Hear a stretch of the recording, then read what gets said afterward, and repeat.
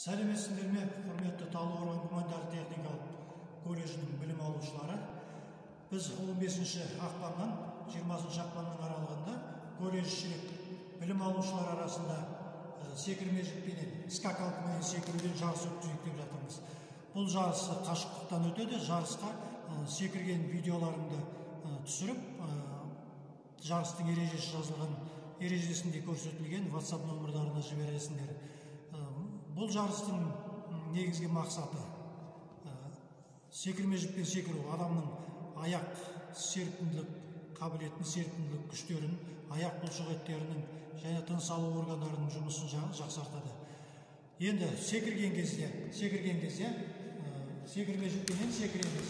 1 минут уақыттың ішінде секіруіміз керек.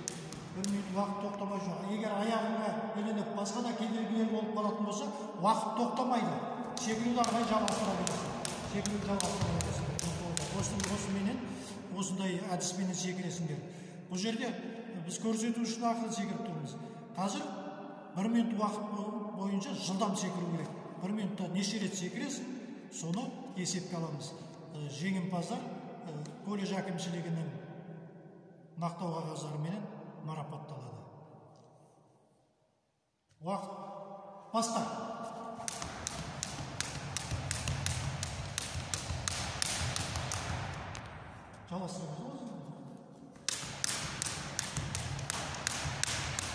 Мінеки құрметті білім алушылар, осындай әдіспенен секіру видеосъемканы біздің WhatsApp номерларға жібересіңдер. Соған қарап, төрешілер алқасы шешімін шығарып, келесі